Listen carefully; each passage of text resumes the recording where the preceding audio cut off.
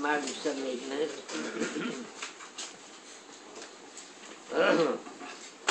Mishnah mentions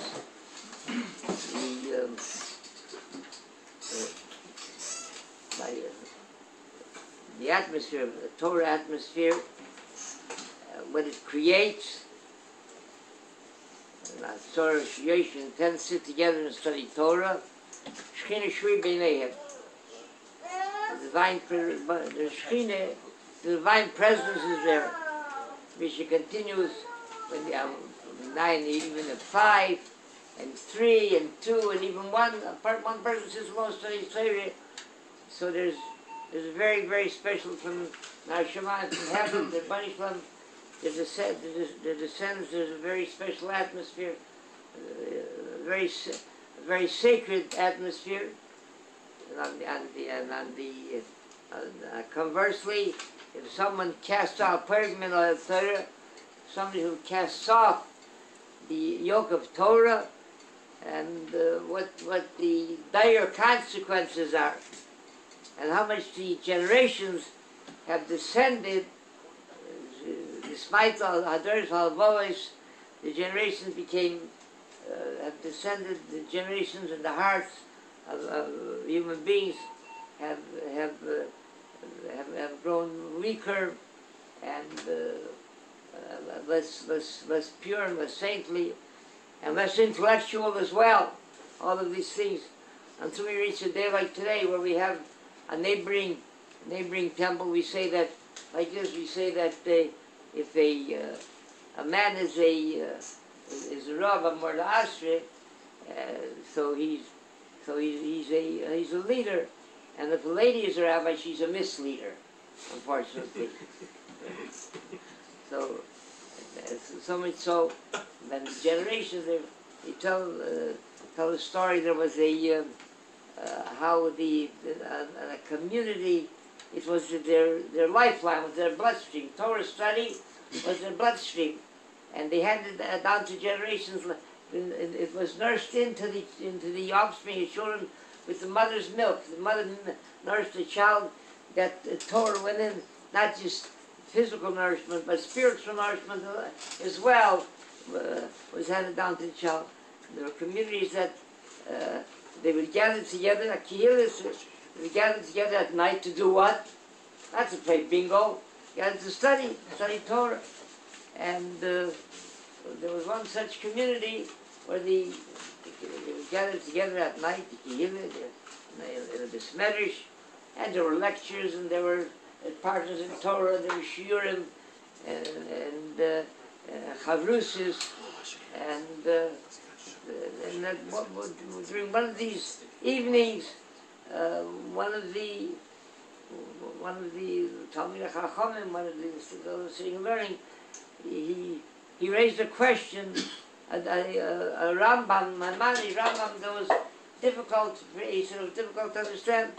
So we began discussing with others there, and between the entire crowd that was present, they all started looking into this Rambam, and they realized that they couldn't move it. He had something here. He presented a kasha question that was difficult to solve. They sat later than usual, because how could you leave something like that? That's their life. But they have to go home. There's another day coming. When the next evening began, again they began discussing the Rambam, and night after night, and they searched, and they reasoned, and each one presented svaris, and there was no they found no answer. When any stranger would come to town, even as the Talmud Chacham, the person would say, Shalom Aleichem, he said, can you maybe tell us pshat in this Rambam? It just went on for days and days and weeks. And then, after a time, one evening, a stranger came to town, and they said, Rabbi, can we ask you something?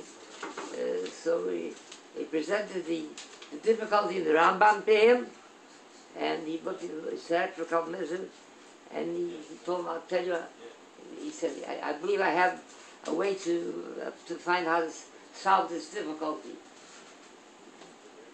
You could imagine the simcha, how they all rejoiced. After so many weeks, they had nothing else in the mind, so the Rambam, how they all rejoiced that they found a church on the Rambam.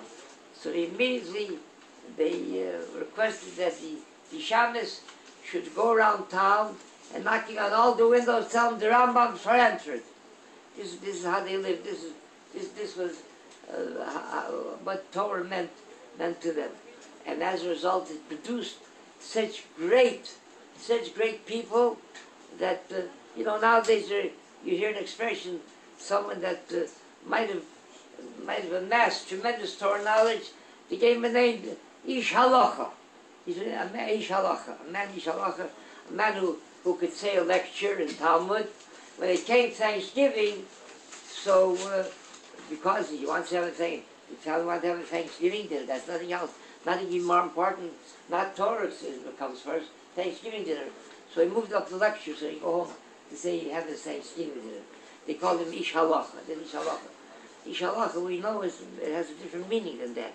The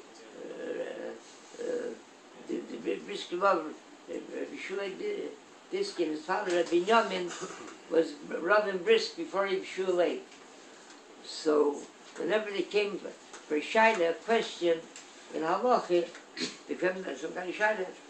So he was 17, 18 years old. He was brilliant, a tremendous Sibui. Whenever they came for Shaila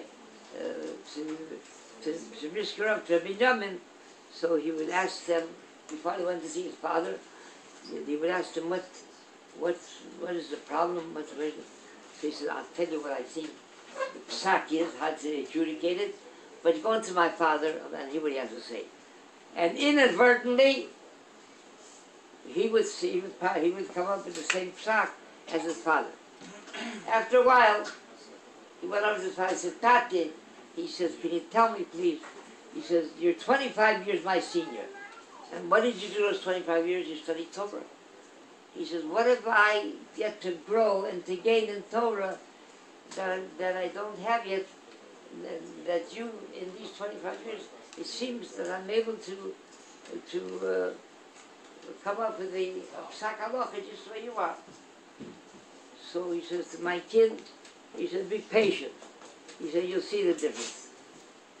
One day, a horrible disaster, tragedy occurred in town. A cemetery burned.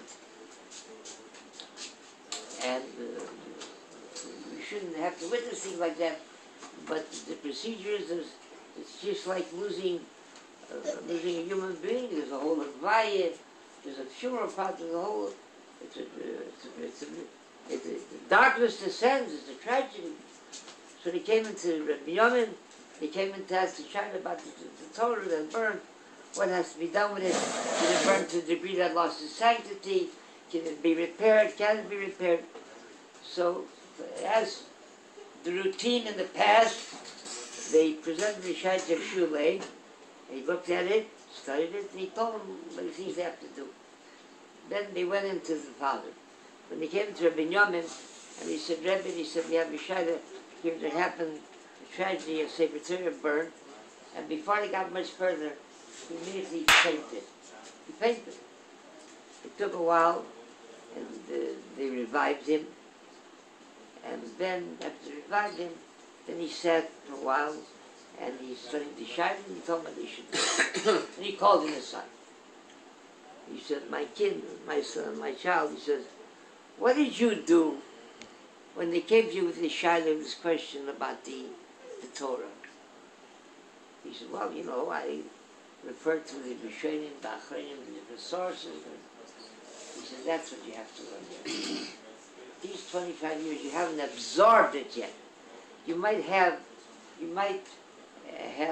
the knowledge, the data, but it'll take you time to absorb it. This is what Torah knowledge has to be.